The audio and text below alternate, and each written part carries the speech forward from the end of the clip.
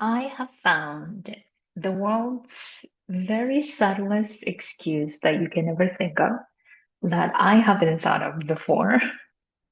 And that is how effective or impactful that excuse is. And that excuse is called, at least I'm aware. Hi, everyone. My name is Isela Monova. I'm a life coach for transitioning humanitarians, and I wanted to bring this awareness to you and see how we're using our awareness as an excuse not to go for what we want to or live the life we want to. So here is how I have detected it, let's say, because obviously it has existed in my life as well. So I was coaching a client the other day, on Friday, in fact. And as we were talking about her goals, she wanted to be in a particular weight. And she said that every time she plans to go to the gym and work out, she always has a lot of different excuses, right? She has the excuse of, I don't have the right outfit. The outfit I have is not matching me or fitting me. If I work out in the crowd with others, I will feel ashamed. If I work out in on the street, I will not feel comfortable. A lot of different excuses as to why she's not working out to be in the weight that she would like to. And then she was saying that she then goes to meet friends and then they all talk about these things that they're not doing. And then they all talk about how at least they are aware about it, right? And I think this is something that I've heard many times, but I haven't really paid attention to them. And I also do that in my life. And then I started thinking about, oh my God, this is another excuse that we are inventing. The interesting thing is that I think we should appreciate our brain is that we are saying that we understand and recognize those excuses. They are excuses. We're recognizing them and we're aware of them. And then we tell ourselves, at least I'm aware of it. And then we don't do anything about it. Right. So therefore, at least I'm aware of it becomes another excuse because even if we're aware of it, nothing is changing, right? So if that's you, and the reason why I'm saying this with such lightness and love is because I have done it so many times, and I'm assuming you have done it so many times as well.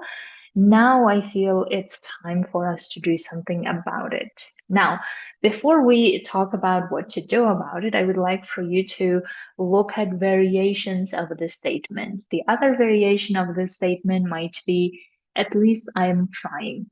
And this is something that I've heard also several of my clients talk about it is at least I'm trying to be that person. At least I'm trying to achieve this. At least I'm trying to quit smoking. At least I'm trying whatever, as if to say it doesn't really matter, um, like what the criticism my brain has or other people criticize. At least I'm doing my best, or at least I'm doing something about it, right? And as much as I understand and respect those trying, here is the other problem is that when we keep approaching things from at least I'm aware or at least I'm trying, we will always be in that trying mode. We will not be in the mode of actually being that person who has that result, who has that life, who has that impact. We're not going to be in that place. And think about the other ways that you probably have been using this for a long time. For some of my clients, this is the excuse they've been giving to themselves probably for the last 20 years. And now I would like for you to start looking at how your life would have been for 20 years if you had decided that you will no longer use this as an excuse. So how will your life, your quality of your life, quality of your relationships, quality of your fulfillment, quality of your growth, how would that look like if you had had that result, if you had had that outcome, that life, how different would it have been? in how it is not. And that's why I would like for us really to talk about when being aware becomes another excuse, right? Then we're not really asking ourselves the one fundamental question. And that fundamental question is, what have I done about it? Or what am I going to do about it? Right? Because as long as we don't do something about it, even if we're aware about many things, right? So we might be aware about many different things, but if we're not doing something with it, it's just like moot point, meaning it does not change anything. It doesn't change the quality of our lives. It doesn't change the it doesn't change anything about the next possibly 20 years of our lives, the quality of that life, right? It will stay the same way. And we will keep saying the same thing. We'll keep saying, I'm trying. It will keep saying, at least I'm doing my best. And we keep saying, at least I'm aware, and then not much changing and happening. Because the purpose of being aware is not just keep that information, right? It's like the purpose of being aware is so then we decide what to do about that awareness. And I think a lot of the times we have this feeling that we cannot really do anything about that awareness. We are very powerless in front of those excuses. We believe it's hard to change. We believe that habits die hard. We believe that in order to get to my result, I need another, I don't know, 10 years or whatever the thing that we have. And then we add more excuses, more beliefs that don't serve us, and therefore not get to the outcome that we want to, right? So that's why I would love for us to really look at is, okay, what have I done about those awarenesses that I have? So if I use my client's example of going to the gym, right? If I have been aware of those excuses that I know that I've been using, now what have I done to solve those excuses? And your answer might be, well, I haven't, or I tried, but it didn't work. Now we need to go specific as to why it didn't work, right? So instead of getting away from responsibility, instead of avoiding discomfort, instead of just saying, oh, I'm going to just stay in this loop and not go to the outcome that we want to, we need to get very specific and very curious, like scientists, to look at, okay, I see that I have all of these excuses. I also see, well done, that I am aware of those excuses. And here are the things that, list the things that I have done to solve them. And this didn't work. Now let me solve it another way. That would be one way to do that, right?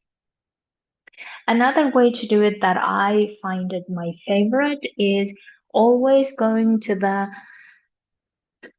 person or version of us who has no problem with that activity. So I was telling my client as well. So imagine if I was someone who has no problem going to the gym or working out or having a healthy body or whichever the what body that we want to imagine. I'm that person. If I'm that person, what would I do? I would probably know what my excuses are. Great, we already know have that. I would also probably know how to solve those excuses. That could be another skill. We would also I would also probably look at it from the perspective of there's no problem, how to solve them. I'm going to solve them and just keep solving as I go, continue going to the gym, right? That's probably how it would look like. If I'm embodying the person who is so good at working out, so good at being in the healthy body, then I would look at these things as, of course, there's no problem, I will solve them. So, in other words, what I will not be doing as that person, I will not be looking at, oh, I have so many excuses. I can see those excuses. I know they're excuses. I still am not going to go and work out. I'm still struggling. I'm still this. I'm still that. We will not be doing that. And the same goes for people who say that at least I'm trying, right? So if you have an option of trying or being, why would you still keep trying, right? So if you have the option of being someone who has no problem working out, if we keep using my client's example, then why are you still trying? Or what are you specifically trying? Because I think this is another bandage that we put to ourselves because we don't want to face discomfort. And therefore, we just keep using this word of, I'm trying, I'm working on this, it's work in progress. We just keep doing that. We just keep prolonging being the person we don't want to be. And I think that's the fundamental reality check that we may all need to have, is that whenever we keep trying, we're reinforcing being the person we don't want to be. And we keep reinforcing actions of the person we don't want to be. Because the person we want to be is who has no problem working out, who is healthy, the person who has no problem transitioning, who has no problem solving problems along the way of transitioning, who is so good at making the impact, who is so good at networking with other amazing humans, who is so good at making their own money while doing what they love. This is the person we want to embody, right? We don't want to embody the person who is trying. We don't want to embody the person who still struggles going to the gym. We don't want to embody the person who is at least aware and not doing anything with it. We don't want to embody the person who is trying but still no result to show for it. We don't want to embody them because the outcomes that we want are on the other side of being the person who does these things, who gets these results, who experiences life's quality this way, and who has this type of relationships with herself and with others. That's what we want to embody. So therefore, I would like for anyone who is feeling like, oh my God, this is me. I'm self-aware, but I'm not doing anything, or I keep trying, but I'm not really succeeding in the thing that I want to. Think about how that pattern has been governing over you for how many years. And if you recognize that it has been so many years, and I think for many people that just shows that we haven't embodied the person that we actually want to be. Because the results and outcomes of our current lives are showing who we have been so far, right? So therefore, now we need to look at the outcomes we want. And if we want the outcomes that are different than the one we keep getting currently, then we need to change being the person who we are. So therefore, look at all of the ways that you have been aware but not doing anything. Now think about being the person who no longer has issues with those topics. How would that person solve for all of these? And then start solving for them. So that's why I would like to invite you to my group coaching, which is my lifetime of support for humanitarians, where we work through exactly this topic of identity, where you finally be the person who has no problem transitioning, who has no problem with fears of transitioning, fears of failure, fears of rejection. Therefore, you have the quality of life that you want to, the freedom that you want to, and the money that you want to keep going for what you would like to go for. And the more we embody that version, the more outcomes we get that will be different than the ones that you're getting now.